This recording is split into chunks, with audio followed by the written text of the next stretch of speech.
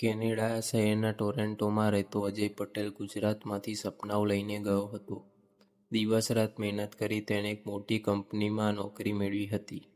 અજય ખૂબ શાંત સ્વભાવનો અને હનુમાનજીનો મોટો ભક્ત હતો. દર મંગળવારે તે ઓફિસ જતા પહેલા હનુમાન ચાલીસા સાંભળતો અને હાથમાં નાનું હનુમાનજીનું કડું પહેરતો. ઓફિસના ઘણા લોકો તેને ઇન્ડિયન સ્પિરિટવાળો માણસ કહીને ઓળખતા હતા.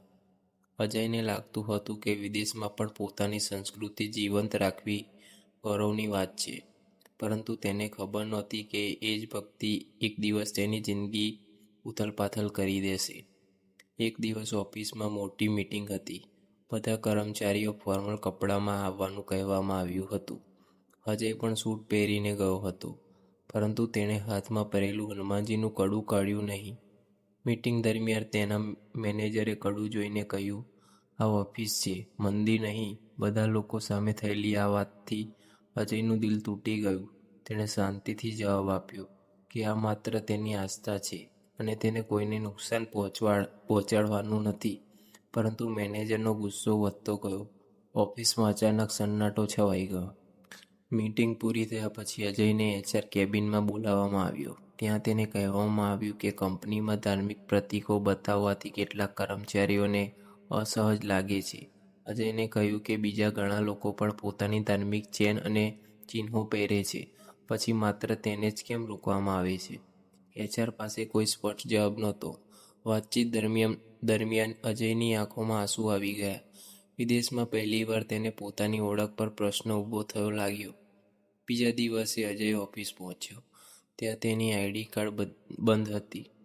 સુરક્ષા ગાર્ડે કહ્યું કે તેને અંદર જવાની મંજૂરી નથી. થોડી વાર પછી HRએ બહાર આવીને એક કાગળ આપ્યો. તેમાં લખેલું હતું કે કંપની તેની સેવાઓ હવે આગળ નહીં રાખે. કોઈ યોગ્ય કારણ વગર અજયને નોકરીમાંથી કાઢી મૂકવામાં આવ્યો હતો. ઠંડી હવામાં ઊભેલા અજયના હાથ કંપી રહ્યા હતા. તેને પોતાની મા યાદ આવી, જેણે વિદાય સમયે કહ્યું હતું, "બેટા, જ્યાં જશો ત્યાં ભગવાનને ક્યારેય છોડતા નહીં." અજય રાત્રે પોતાના નાના રૂમમાં એકલો બેઠો હતો. ટેબલ પર હનુમાનજીની નાની મૂર્તિ હતી. તેણે ધીમા અવાજે હનુમાન ચાલીસા શરૂ કરી. આંખોમાંથી આંસુ વહેતા રહ્યા, પણ મનમાં એક જ અજાણી શક્તિ અનુભવાઈ. તેણે નક્કી કર્યું કે અન્યાય સામે ચૂપ નહીં બેસે. બીજા દિવસે તેણે સોશિયલ મીડિયા પર પોતાની વાત મૂકી. થોડા જ કલાકોમાં હજારો લોકો તેને સપોર્ટ કરવા લાગ્યા. લોકો કહેવા લાગ્યા કે આ માત્ર અજયની નહીં, દરેક માણસની આસ્થાની લડાઈ છે. વિડીયો વાયરલ થતાં જ આખા કેનેડામાં ચર્ચા શરૂ થઈ ગઈ. ઘણા ભારતીયોએ અજયને સંપર્ક કર્યો. કેટલાક લોકોએ કહ્યું કે તેમની સાથે પણ આવું જ બન્યું હતું, પણ આ ડરના કારણે તેઓ બોલી શક્યા નહોતા. મીડિયા પણ આ ઘટનાને કવર કરવા લાગી. અજયને હવે સમજાઈ ગયું કે ભગવાને કદાચ તેને એક મોટું કારણ આપ્યું છે, પરંતુ તેને ખબર નહોતી કે આગળ તેની જિંદગીમાં એવું કંઈ બનવાનું હતું જે આખી દુનિયાને ચોંકાવી દેશે. અજયનો વિડીયો વાયરલ થતાં પછી હજારો લોકો તેને સમર્થન ઊભા રહ્યા. યુટ્યુબ અને સોશિયલ મીડિયા પર લોકો સતત કોમેન્ટ કરતા હતા કે કોઈની આસ્થાને કારણે નોકરીમાંથી કાઢી મૂકવું એ ખોટું છે. ઘણા ભારતીય પરિવારો અજયને મેસેજ કરીને હિંમત આપતા હતા. અજય માટે આ બધું અચાનક બનતું હતું. થોડા દિવસ પહેલાં જે માણસ એકલો અને તૂટેલો હતો, એ હવે લાખો લોકોની આશા બની ગયો હતો. પરંતુ કંપની તરફથી હજુ સુધી કોઈ જવાબ આવ્યો નહોતો. અંદરથી અજય હજુ પણ ડરેલો હતો કે કદાચ હવે તેને કેનેડામાં બીજી નોકરી નહીં મળે. એક સાંજે અજય અજાણ્યા નંબર પરથી ફોન આવ્યો. ફોન કરનાર વ્યક્તિ કંપનીનો જૂનો કર્મચારી હતો. તેણે ધીમા અવાજમાં કહ્યું કે કંપનીમાં ઘણા સમયથી ભેદભાવ ચાલતો હતો. કેટલાક કર્મચારીઓએ તેને ધાર્મિક ઓળખાણને કારણે દબાવવામાં આવતા હતા, પરંતુ કોઈએ ક્યારેય ખુલ્લેઆમ અવાજ ઉઠાવ્યો નહોતો. તે માણસે કહ્યું કે અજય સાથે જે થયું છે એ માત્ર શરૂઆત છે. આ વાત સાંભળીને અજયના પગ નીચેથી જમીન સરકી ગઈ. હવે તેને સમજાયું કે તેની સાથે થયેલું અન્યાય બહુ મોટું હતું. બીજા દિવસે અજય એક ભારતીય મંદિરમાં ગયો. ત્યાં હનુમાનજીની આરતી ચાલી રહી હતી. મંદિરમાં બેઠેલા વૃદ્ધ પંડિતે અજયના ચહેરા પરની ચિંતા જોઈ લીધી. તેમણે અજયને કહ્યું, "બેટા, સાચા ભક્તની ક્યારેય હાર નથી થતી." આ શબ્દો અજયના દિલમાં ઉતરી ગયા. તેણે મંદિરના ખૂણે બેઠીને લાંબા સમય સુધી પ્રાર્થના કરી. તે ક્ષણે તેને અંદરથી નવી શક્તિ મળતી હોય એવું લાગ્યું. બહાર ભારે બરફ પડી રહ્યો હતો, પણ અજયના મનમાં આશાનો દીવો ફરી પ્રગટ્યો. થોડા દિવસ પછી એક સ્થાનિક સમાચાર ચેનલે અજયનો ઇન્ટરવ્યૂ લીધો. અજયે આખી ઘટના દુનિયા સામે કહી. ઇન્ટરવ્યૂ દરમિયાન તેણે કહ્યું કે તે કોઈ કંપની સામે બદલો લેવા માગતો નથી, માત્ર માન અને સન્માન અધિકાર માગે છે. આ વાત લોકોએ ખૂબ પસંદ કરી. ઘણા કેનેડિયન લોકો પણ અજયના સમર્થનમાં આવ્યા. સમાચાર ચેનલ પર આ સ્ટોરી સતત દેખાડવામાં આવતી રહી. હવે મામલો માત્ર નોકરીનો નહોતો, પરંતુ માનવ અધિકારનો બની ગયો હતો. તે રાત્રે અજય પોતાના રૂમમાં બેઠો હતો, ત્યારે તેની માતાનો વિડીયો કોલ આવ્યો. માતાએ રડતા રડતા કહ્યું, "બેટા, ભગવાન તારી કસોટી લઈ રહ્યા છે." અજય પોતે પણ રડી પડ્યો. હજારો કિલોમીટર દૂર બેઠેલી માતાની વાતોએ તેના દિલને સ્પર્શી લીધું. તેણે માતાને વચન આપ્યું કે તે સત્ય માટે અંત સુધી લડશે. કોલ પૂરો થયા પછી અજયે ફરી હનુમાન ચાલીસા શરૂ કરી. અચાનક તેના ફોનમાં એક ઈમેલ આવ્યો. તેને જોઈને તે ચોંકી ગયો. ઈમેલ એક જાણીતા વકીલનો હતો. વકીલે લખ્યું હતું કે તેઓ અજયનો કેસ મફતમાં લડવા તૈયાર છે, કારણ કે આ માત્ર એક વ્યક્તિની લડાઈ નહીં, પરંતુ ધાર્મિક સ્વાતંત્ર્યનો પ્રશ્ન હતો. અજયની આંખોમાં આશાના આંસુ આવી ગયા. કદાચ હવે ન્યાયનો રસ્તો ખુલતો હતો. પરંતુ બીજી તરફ કંપની પણ હવે મોટી તૈયારી કરી રહી હતી. આવનારા દિવસોમાં એવી ઘટના બનવાની હતી જે અજયની જિંદગી હંમેશા માટે બદલી નાખશે. અજય હવે સંપૂર્ણ રીતે લડવા તૈયાર હતો. જાણીતા વકીલ સાથે તેની પહેલી મીટિંગ થઈ. વકીલે તમામ પુરાવા એકઠા કરવા કહ્યું. ઓફિસના મેસેજ, ઈમેલ અને મીટિંગની રેકોર્ડિંગ. અજય પાસે ઘણા સ્ક્રીનશોટ હતા, જેમાં મેનેજર તેની આસ્થા વિશે ટિપ્પણીઓ કરી હતી. વકીલે કહ્યું કે આ કેસ ખૂબ મજબૂત બની શકે છે. અજયને પહેલી વાર લાગ્યું કે કદાચ હવે સત્ય જીતશે, પરંતુ બીજી તરફ કંપનીએ પણ મોટો વકીલ રાખી લીધો હતો. કોર્ટની પહેલી સુનાવણીના દિવસે બહાર મીડિયા અને લોકોની ભારે ભીડ હતી. ઘણા ભારતીયો હાથમાં હનુમાનજીના ફોટા લઈને અજયના સમર્થનમાં ઊભા હતા. અજય જ્યારે કોર્ટમાં પ્રવેશ્યો ત્યારે તેની આંખોમાં ડર અને વિશ્વાસ બંને દેખાતા હતા. કંપનીના વકીલોએ કહ્યું કે અજય કંપનીનો નિયમ તોડતો હતો, પરંતુ અજયના વકીલે સીધો પ્રશ્ન પૂછ્યો, જો બીજા કર્મચારીઓ પોતાના ધાર્મિક ચિહ્નો પહેરી શકે તો અજયને કેમ રોકવામાં આવ્યો? આખી કોર્ટમાં સન્નાટો છવાઈ ગયો. સુનાવણીના દરમિયાન એક ચોંકાવનારી ઘટના બની. કંપનીનો એક કર્મચારી અચાનક ઊભો થયો અને તેને કોર્ટમાં સત્ય બોલવાનું નક્કી કર્યું.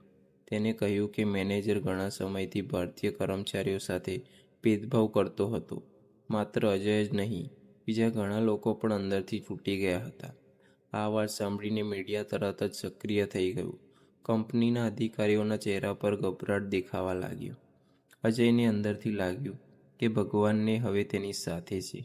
તે રાત્રે આખા કેનેડામાં આ કેસ ચર્ચાનો વિષય બની ગયો. ફેસબુક અને ઇન્સ્ટાગ્રામ પર લોકો જસ્ટિસ ફોર અજય નામની પોસ્ટ કરવા લાગ્યા.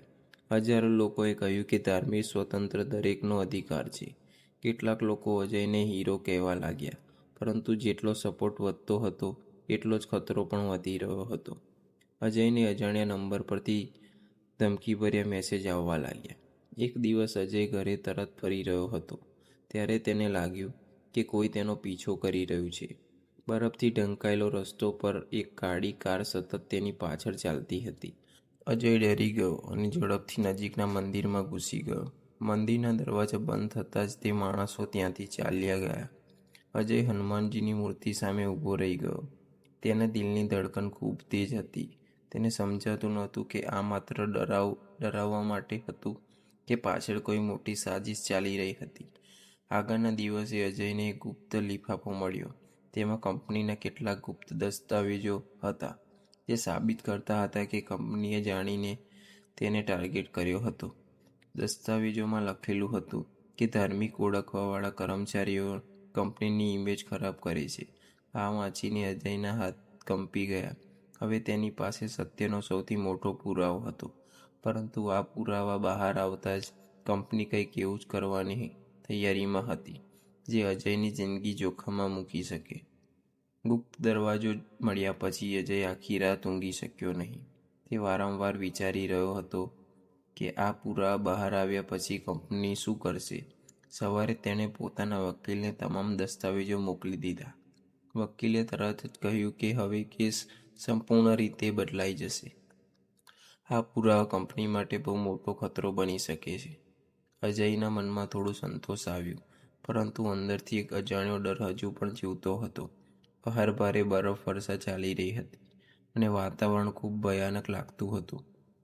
તે જ સાંજે અજય મંદિરમાંથી ઘરે પરત ફરી રહ્યો હતો. રસ્તો લગભગ ખાલી હતો અને ઠંડી હવામાં ફક્ત બરફના અવાજ સંભળાતા હતા.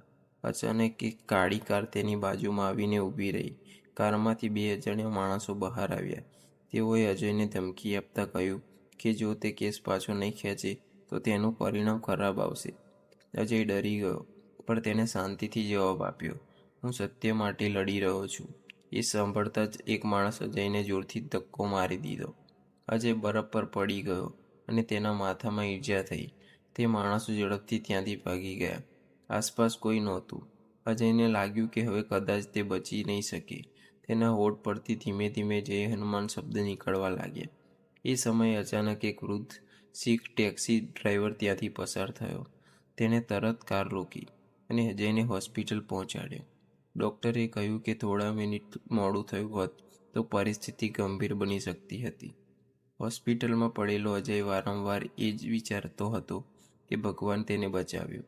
વૃદ્ધ શીખ માણસ દરરોજ તેને મળવા આવતો હતો. તેને અજયને કહ્યું, ધર્મ અલગ હોઈ શકે, પણ સત્ય માટે લડાઈ એ જ હોય છે. આ શબ્દો અજયના દિલના સ્પર્શી લીધું. હોસ્પિટલ બહાર હવે લોકો ભેગા થવા લાગ્યા હતા. મીડિયા હુમલાને લઈને વધુ સવાલ પૂછવા લાગી. હવે સમગ્ર મામલો વધુ ગંભીર બની ગયો હતો. થોડા દિવસ પછી પોલીસે હુમલાની તપાસ શરૂ કરી. નજીકના સીસીટીવી કેમેરામાં કાળી કાર દેખાઈ ગઈ હતી. સમાચાર ચેનલોએ સતત આ સમાચાર બતાવવાનું શરૂ કર્યું. લોકો ગુસ્સે ભરાઈ ગયા. ઘણા લોકોએ કંપની પર સીધો આરોપ મૂક્યો કે અજયને ડરાવવા માટે આ બધું કરવામાં આવ્યું છે. કંપનીએ તમામ આરોપ નકારી કાઢ્યા, પરંતુ લોકો હવે વિશ્વાસ કરવા તૈયાર નહોતા. અજયનો કેસ હવે આખા કેનેડામાં ચર્ચાનો સૌથી મોટો મુદ્દો બની ગયો હતો. એક રાત્રે હોસ્પિટલમાં અજય એકલો બેઠો હતો. અચાનક તેના ફોનમાં એક અજાણ્યો વિડીયો આવ્યો. વિડીયોમાં કંપનીના મેનેજર અને કેટલાક લોકો વચ્ચેની ગુપ્ત વાતચીત રેકોર્ડ હતી. તેમાં સ્પષ્ટ સંકેત મળતો હતો કે અજયને ડરાવવાનો પ્લાન બનાવ્યો હતો. આ વિડીયો જોઈને અજયના શરીરમાં કંપારી ફરી ગઈ. હવે તેની પાસે સૌથી ખતરનાક પુરાવા આવી ગયો હતો. પરંતુ આ સત્ય બહાર આવતા પહેલાં જ કોઈ એવો નિર્ણય લેવા જઈ રહ્યું હતું જે આખી દુનિયાને હચમચાવી દેશે. અજય આખી રાત તે ગુપ્ત વિડીયો જોતો રહ્યો. દરેક શબ્દ સ્પષ્ટ સંભળાતો હતો. મેનેજર કહી રહ્યો હતો કે જો આ માણસને ડરાવવો પડશે, નહીં તો કંપનીની ઇમેજ બગડી જશે. અજયના હાથ કંપી રહ્યા હતા. હવે આ માત્ર શંકા નહોતી, પણ જીવંત પુરાવો હતો. સવારે તેણે તરત જ વિડીયો પોતાના વકીલ અને પોલીસને મોકલી દીધો. વકીલે કહ્યું કે આ કેસનો સૌથી મોટો ટર્નિંગ પોઈન્ટ બની શકે છે. અજયને અંદરથી લાગ્યું કે ભગવાન હવે સત્ય દુનિયા સામે લાવવા માંગે છે. થોડા કલાકોમાં જ વિડીયો સોશિયલ મીડિયા પર લીક થઈ ગયો. યુટ્યુબ, ઇન્સ્ટાગ્રામ અને એક્સ પર લોકો આ વિડીયો શેર કરવા લાગ્યા.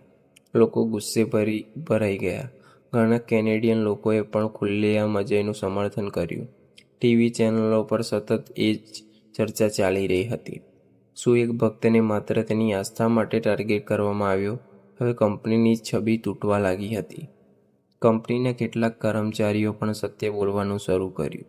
એક મહિલા કર્મચારીએ મીડિયાને કહ્યું કે અજય હંમેશા શાંત અને મદદગાર માણસ હતો. તેણે ક્યારેય ઓફિસમાં કોઈને અસહજ બનવાનો નહોતો. આ વાત સાંભળીને લોકો વધુ ભાવુક થઈ ગયા. હવે કંપની પર દબાણ વધતું જતું હતું. રોકાણકારો પણ સવાલ પૂછવા લાગ્યા. કંપનીના અધિકારીઓને સમજાઈ ગયું કે મામલો હવે તેમના હાથમાંથી નીકળી રહ્યો છે. બીજી તરફ અજયની લોકપ્રિયતા ઝડપથી વધી રહી હતી. મંદિરોમાં લોકો તેના માટે પ્રાર્થના કરવા લાગ્યા. ઘણા ભારતીય પરિવારો તેને પોતાના દીકરા જેવો માનવા લાગ્યા. એક દિવસ અજય જ્યારે હોસ્પિટલમાંથી બહાર આવ્યો ત્યારે સેંકડો લોકો જય શ્રી રામ અને જય હનુમાનના નારા લગાવી રહ્યા હતા. અજયની આંખોમાં આંસુ આવી ગયા. થોડા સમય પહેલાં જે માણસ એકલો હતો એ હવે લાખો લોકોની આશા બની ગયો હતો.